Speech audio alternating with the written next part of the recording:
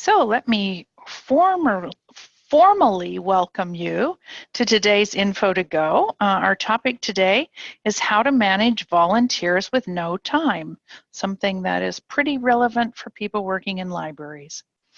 This event is brought to you by the Idaho Commission for Libraries with funding support through the Institute of Museum and Library Services. Today's session is being recorded, and my name is Tammy Hollyhouse, and I will be your host today. And it's my great pleasure to welcome our guest presenter, Colleen Showalter. So Colleen, if you want to unmute your mic and take it away, that would be great. Okay, I think I'm already unmuted. Is that correct? Perfect. Yep, we can hear you. Great. Perfect. Let me skip to my next slide here. As Tammy mentioned, I'm Colleen Showalter. I am the volunteer coordinator and studio manager here at the Idaho Commission for Libraries, and I'm also the current chair of Serve Idaho, the Governor's Commission on Service and Volunteerism. I'm excited to be with you guys here virtually today, and excited about the interest. This is definitely something I struggle with, and I know a lot of folks do.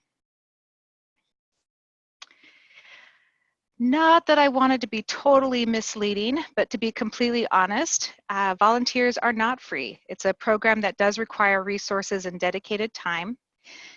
What I wanted to do in this presentation is I want to go over ways to start or grow your volunteer program in the most efficient way possible. The return on investment, referred to as ROI, for volunteers programs is really outstanding. Volunteers end up being advocates in your community, not to mention your voters. They can do simple tasks that take up staff's time and keep them away from programming. For example, they could do shelving, watering plants, cleaning. They can also take on more complicated roles that your staff doesn't have the capacity for, such as fundraisers, math tutors, teen activities, English as a second language tutors, IT support, graphic design, social media, and the list goes on and on. So today I'll just go through some steps and then kind of elaborate on resources that are available for you. So one of the first things you want to do is assess your library's needs and determine goals of your volunteer program. All of these are applicable whether you are looking to start a volunteer program from scratch or if you are, mid-range, or even if you have a robust volunteer program, you'll want to do these. The first step is to get your coworkers, leaderships, and board involved. Survey them to see what they envision for their volunteer program. What would they have in mind if they could have volunteer support? And most importantly, what questions or concerns do they have about volunteers? We'll mention this a few times, but you really want to get their buy-in and address concerns up front before they become large issues. Talk to your colleagues at other libraries or look at their websites to see how they are utilizing volunteers. That's a great way to help you in doing your needs assessment. Then you'll also want to look at what resources are available to you now to start growing a volunteer program. A lot of items I will discuss in this presentation as things you will need to have already been created or have already been created. Position descriptions, policies, procedures, applications. You can easily access them online, these tools that are already in place, and I'll go over the best places to find these. Realistically, how much time can you dedicate? So you want to know this up front. I'll help you with your planning. Can you provide 1 hour a week, 10 hours a month? Is it more or less than that? So go ahead and set that aside for your planning. Do you have any funding? Is there any support for things like having a tracking system, doing any sort of volunteer appreciation activities? There's always good to have some funding, but if you're just starting out, it's okay. You can still do a lot of free volunteer appreciation, and I'll talk about some of those. I've been where we've actually done just a volunteer luncheon, but it was a potluck, and the volunteers brought their own stuff, and they were excited to do so. Do you have staff and management support? You really need to have this before you can continue on. And so there's a lot of resources out there to advocate. and I can connect you to those as well. But you want everyone to be on board with you when you start this, because it is going to require support and effort from everyone involved. You also want to look at what is your library's definition of a volunteer.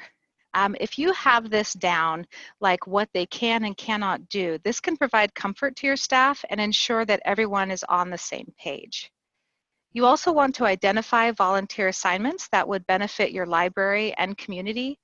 Then you can identify the types of volunteers and skills needed to fill those positions. Definitely start small. With any program, you want to create long and short-term goals.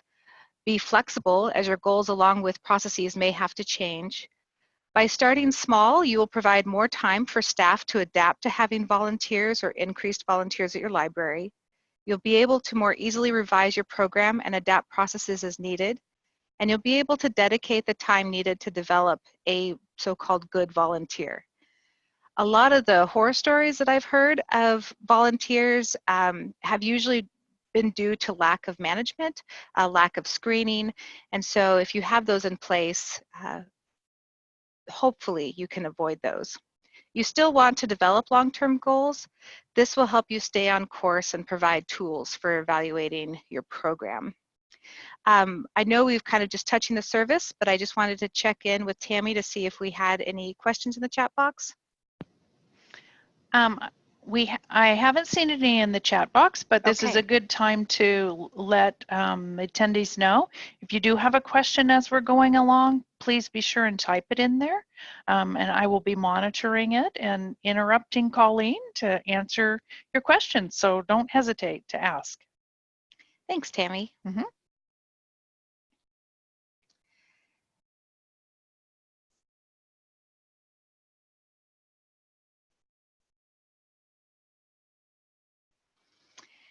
So one of a large undertaking is setting up policies and procedures. You definitely want to do this up front. It will save you a lot of time to have policies in place rather than putting out fires. It will also assist you, your staff, and volunteers all being on the same page. You know, if you have a volunteer handbook, your staff can use that, your volunteers can use that. It saves with a lot of questions coming your way. And it also helps people know what they're getting into.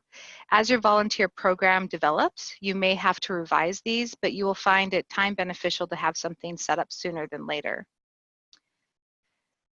Make sure to work with your staff when you're designing volunteer assignments and position descriptions. This will help you achieve buy-in and prevent you from creating a position or recruiting for a volunteer your library doesn't need or want. Even if you've identified it as a need, if the folks working in that area just aren't comfortable with working with volunteers yet, don't force it on them. The last thing you want is a volunteer to come in and have a bad experience, because that's what they'll be talking about in the community. Think about what kind of information you want to know about an individual before having them volunteer at your organization. What would be a good cultural fit at your library? Keep these things in mind as you develop application questions, screening process, and interview questions. This will help you find that great fit. Create a volunteer orientation and training process. How will you orient new volunteers to your library? What training will they need for their assignment, and who will be doing the training? Let's see. What data do you want to collect from your program? Common data collected are names, birth dates, date they volunteered, hours they've donated. Think about what you want to collect, what would you want to evaluate to show success, and what information would you want to present to your leadership and board members. I would definitely recommend keeping track of donated time and number of volunteers. You'll want to either create a monthly, quarterly, or annual report. If you have minimal resources, you can have volunteers track this in a spreadsheet, and I'll go over more stuff that they can do. These reports will allow you to show your leadership and board members donated time and the return on investment. Being able to show that to them will also hopefully help you to get more resources for your program. Finally, how you will assess your program. This is crucial as it will assist you in evaluating what works and what doesn't. Setting aside time to assess your volunteer program will prevent you from wasting time and resources in a direction that isn't working or doesn't provide the benefit that you had expected. It will also help you efficiently grow your program that best meets the needs of your community and library. This can include doing a SWOT analysis, where you'd be reviewing program strengths, weaknesses, opportunities, and threats, surveying volunteers, surveying staff, review program growth, and reviewing goals achieved or not achieved. You should create a set schedule for assessment. Otherwise, like most of us, you will get busy and it won't happen. Depending on your assessment tools and time needed, you can evaluate every quarter to every 2 years. I would not recommend going longer than 2 years without evaluation. Any questions so far? Okay. So this is a lot of things that I put on the to-do list that many of us don't have time for. So I want to talk about that there is no reason to reinvent the wheel. We have a couple of resources I'm going to go over. The first one I want to talk about is Get Involved, powered by your library. I have the web address below. Get Involved has a clearinghouse with almost everything you need: a management tool, volunteer position descriptions, training materials for both your staff and your volunteers, and even photos you can use for media for like recruitment of volunteers or to highlight volunteers. They have archived useful webinars and provide you with upcoming events, including free webinars. You can kind of see that over here on the right. Most of these resources are library specific, so many times little adaptation is needed to make it suit your library, which makes it even more convenient and quick. Another great resource that's fairly new that I wanted to talk about is Serve Idaho. This is the Governor's Commission on Volunteerism, and they just created a resource for volunteer coordinators. They have similar tools and resources to Get Involved, but they also provide some Idaho-specific volunteer recognition. For those of you guys outside of Idaho, each state does have a Governor's Commission on Volunteerism, and so they kind of have different names. Some of them might be you know, Volunteer Texas, Serve Wyoming. And so, but if you just look at the Governor's Commission on Volunteerism, they probably also have something similar or have a way that you can find some volunteer recognition resources. Any questions about these two resources? Okay.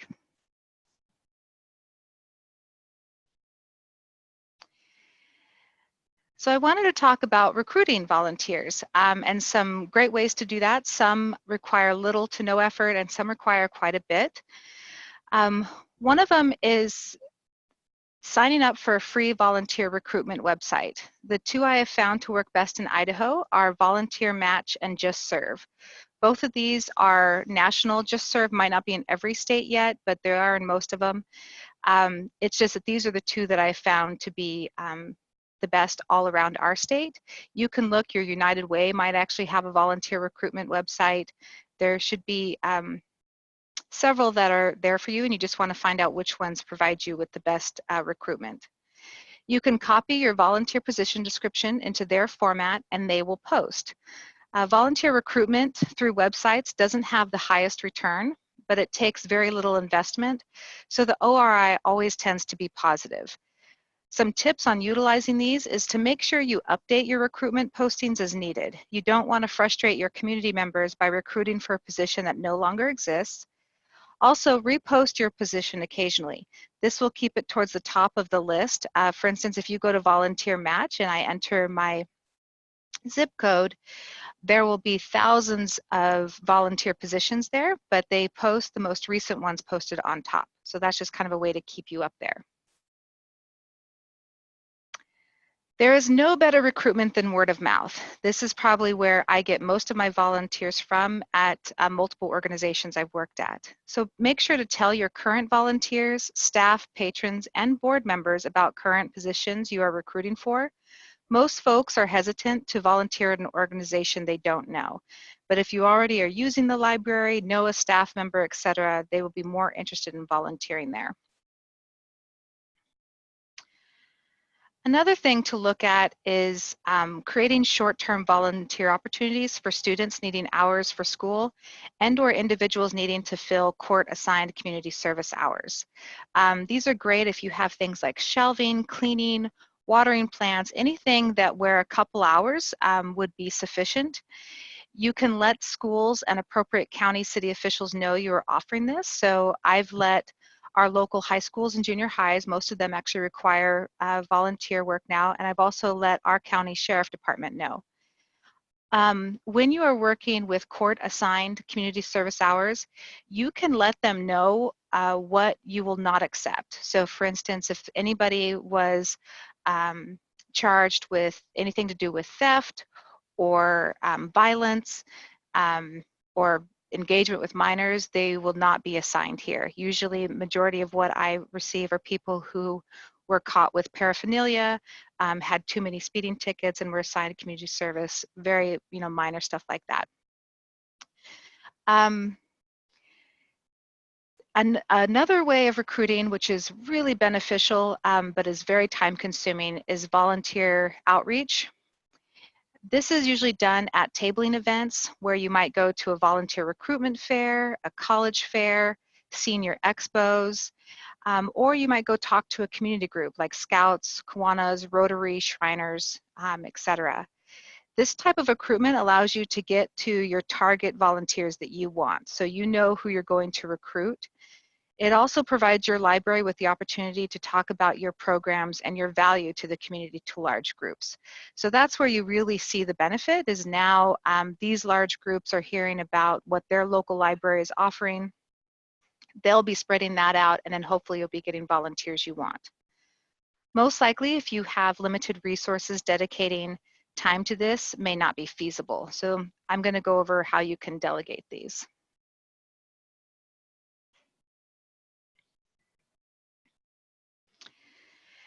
Delegating your library's volunteer program responsibilities is a must for success and survival. If you are a program even with a large pool of resources, you will still need to delegate. As your program grows, so will expectations from management and board members, so you want to be able to grow with them. If you already have volunteers, delegate responsibilities to them. To retain new volunteers, as most of us know, you need to go in and check on them, make sure they're doing okay, see if they have any questions. You can actually have current volunteers take this on. A lot of our volunteers come to libraries because they want a sense of community, maybe they want to meet new people. So by delegating this to other volunteers, this is a burden taken off your plate and a great way to engage volunteers with one another. You are recruiting, screening, and orienting volunteers. Delegate the day-to-day volunteer management and training to staff that work in the area the volunteer is assigned to.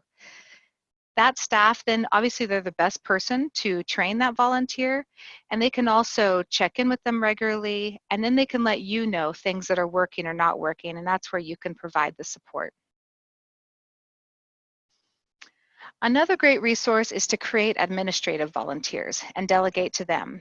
These are the volunteers that know your organization and care about their library. They can take on the community group outreach and tabling events, which would be really beneficial. And it also, sometimes it speaks more to a group when a fellow volunteer is out there recruiting or talking about their passion about your library. They can also complete the data entry for records of the volunteer program. I had mentioned that earlier, that you do want to track volunteer hours at a minimum. And if you're just going to do that in a spreadsheet, they can go ahead and help you with doing that data entry. They can assist with program evaluation, volunteer orientation. And if you have someone in mind that you can really trust with your organization, they can even take on a larger role in volunteer management. Most of us don't actually have a designated volunteer coordinator, so they can step into that role. For these types of positions, though, you will need to more closely supervise and check in with them.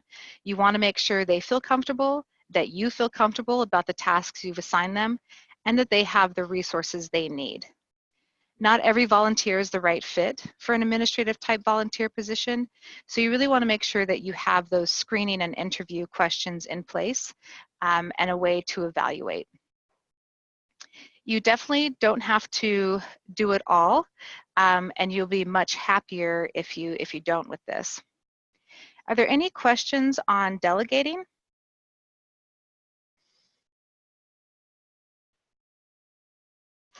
Your guys' question free is making this presentation go really fast. So I wanted to, I am going to go to my last slide here, which is questions. But I definitely wanted to talk about hearing from you. And this doesn't just apply to the Idaho staff. If you currently manage volunteers or are wanting to start a program, if you could either email me or put your name and library in the chat box, because we'll have your email. I'm trying to recruit a list of folks that manage volunteers at libraries.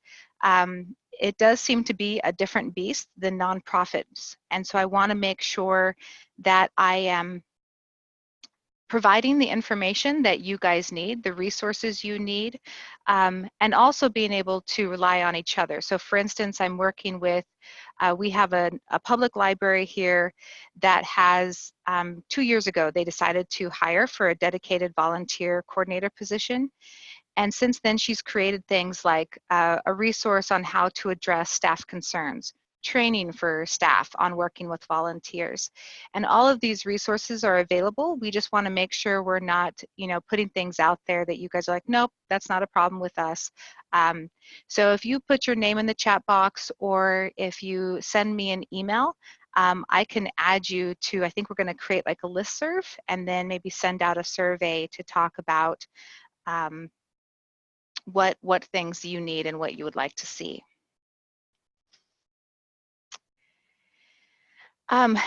This would also be a good time if you have any questions to let me know.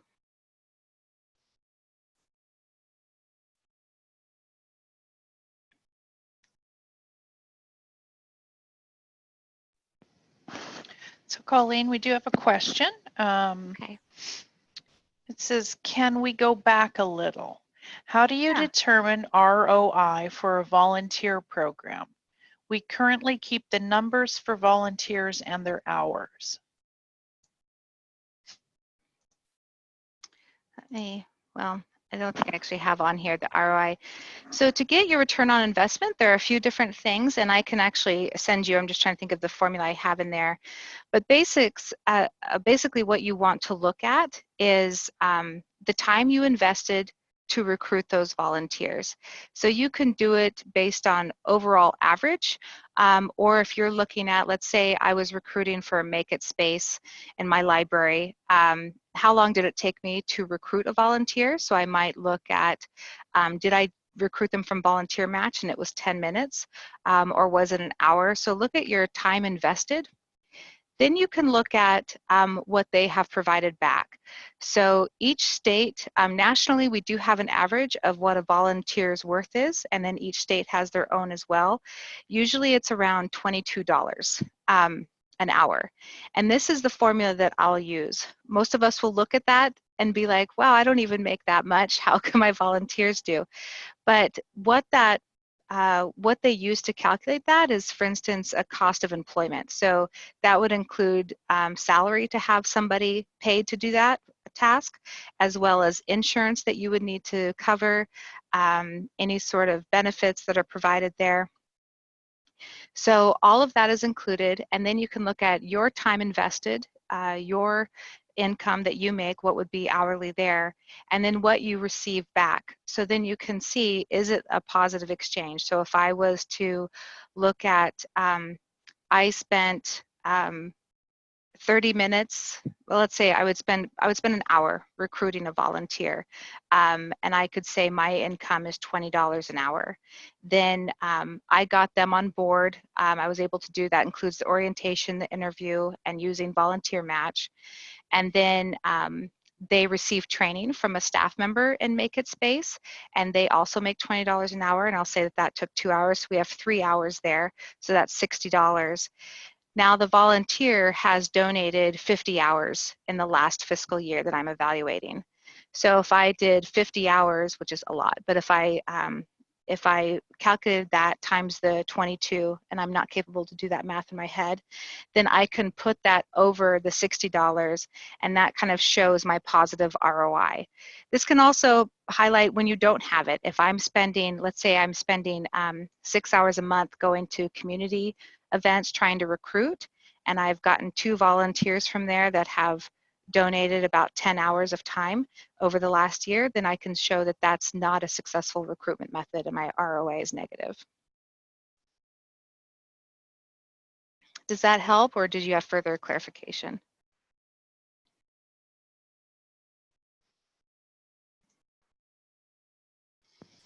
Crystal says that makes sense. Thank you.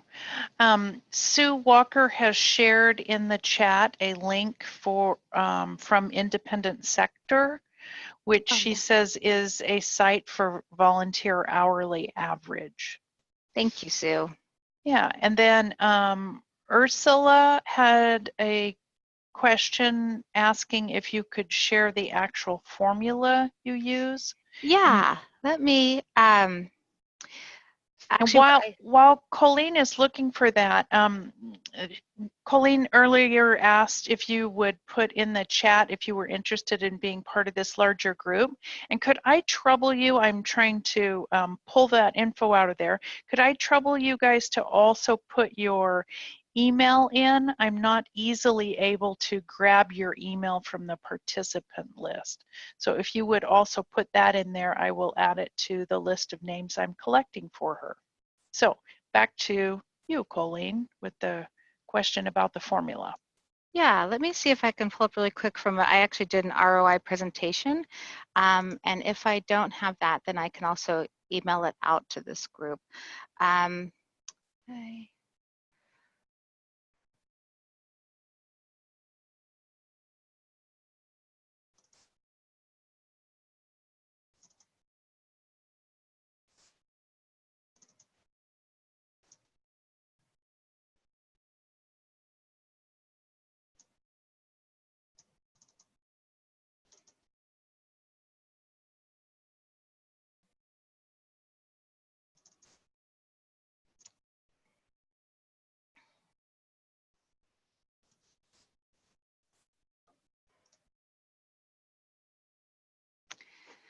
Okay, so the actual formula that I used, I'm just going to plop this over. Hopefully, does that show up on the screen, Tammy?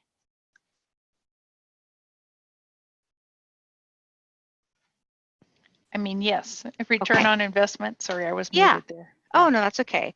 So I just do the total revenue minus total cost over total cost times 100. So because we have a lot of time here, I can just show you for an example. You work for a company with a certain budget and you were recruiting volunteers for a gala. The gala raises $100,000. And let's see here if I can, I've lost my mouse.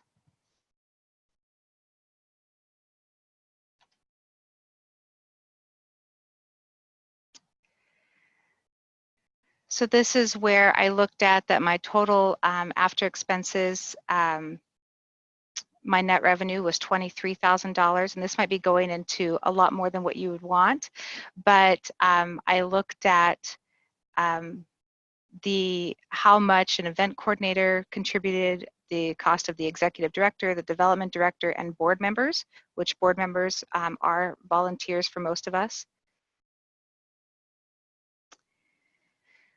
So then I looked at, I had $77,000 over $23,000. So again, that was total fundraising costs was $50,000 plus $27,000, which equals $77,000.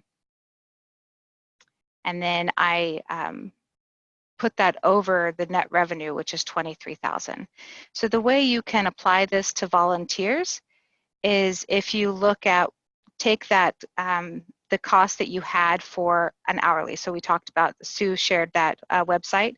If you had 15 hours donated by a volunteer, multiply that times their actual, their estimated salary, and that'll give you the total revenue. Your total cost is how much time you or a colleague put in to recruit and train that volunteer. And then you can use this formula. And that's where you can see, do you end up with a positive percentage? That's what the 100 is for. If you took out the 100, you just have your decimals. Or do you end up with something that is in the negative?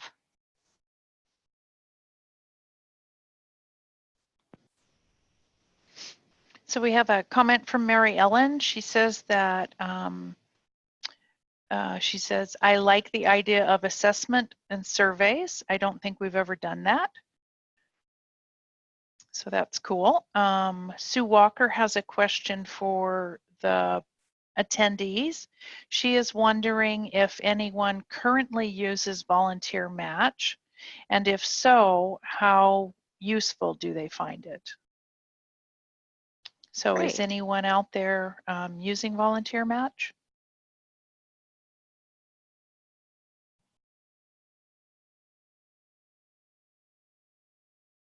If so, just type it in the chat box.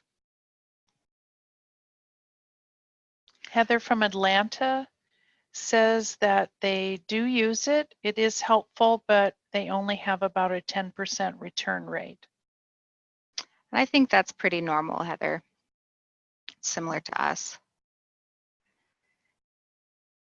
I also have a question from Heather that says, do you have volunteers working virtually on any projects? Currently, we do not. We have, and I guess I should answer two things. We do have people working remotely as part of the National Library Service task on rating audiobooks through a talking book service program we do. We have volunteers that work remotely and do that. At a previous organization I had, I took advantage of virtual volunteers, and I'm hoping to implement that here. This is a great way. Virtual volunteers is kind of the new wave to work with Xers and millennials, and now our Generation Z, who are very busy on social media. So they will actually, like, I would do an event at my previous organization, and I wanted everybody in the community to know about an event. So I would tell a volunteer or people that have signed up to be a virtual volunteer that I will be posting things at 10 a.m., 2 p.m., and 6 p.m. And then they would share those on all of their social media. So whether that was Facebook, Twitter, Instagram, they now have TikTok.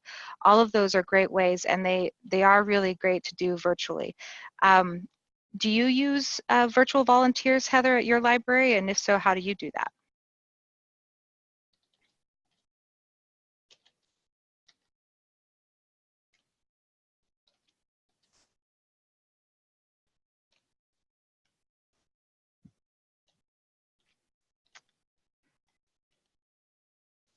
Oh, you get a lot of requests for it. Okay. Yeah, it's as soon as we start that, or if I hear of another library doing that, I think that'd be something really great to share on sort of a community listserv with volunteer managers at libraries.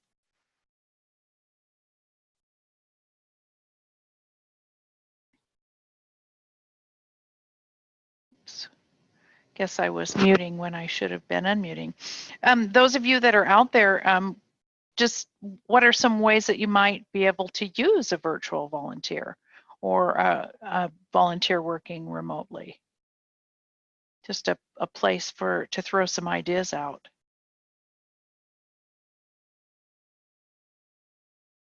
Data entry.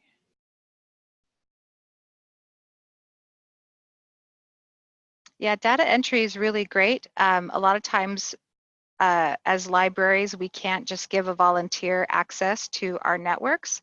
So if you're able to, share, let's say you're using Microsoft Excel at home, or like you mentioned, transcribing cards or newspapers, they can put it into a program that you share, and then they can just bring it on a thumb drive, and then you can enter it into your system.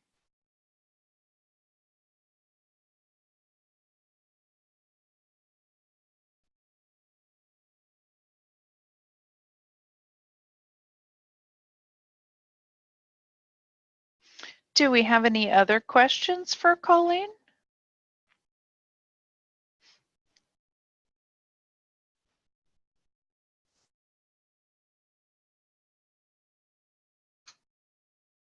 Heather says, thank you so much. Thank you. And I just realized, Colleen, I don't think I put your email in the chat box, so I'll go ahead and do that since you offered it up. Yeah, I can put it on the screen here too. I've just included Colleen's email in the chat box, and she also has it viewable on the slide, so feel free to contact her. She's a really great resource, has a lot of connections and great ideas, so feel free to consider her now your resource.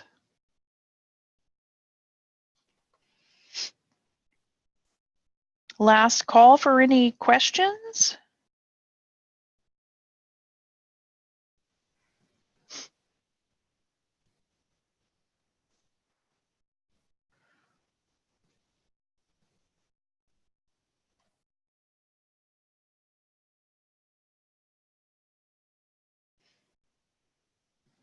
Well, not seeing any. Thank you, Colleen, so much for sharing. Thanks to the rest of you for joining us today here in Boise. It's great to have you. And hopefully you can all go forth and kind of rethink how you might consider using volunteers or tweak the way in which you are using volunteers to better serve your community and your library. So thanks, everyone. Yeah, thank you.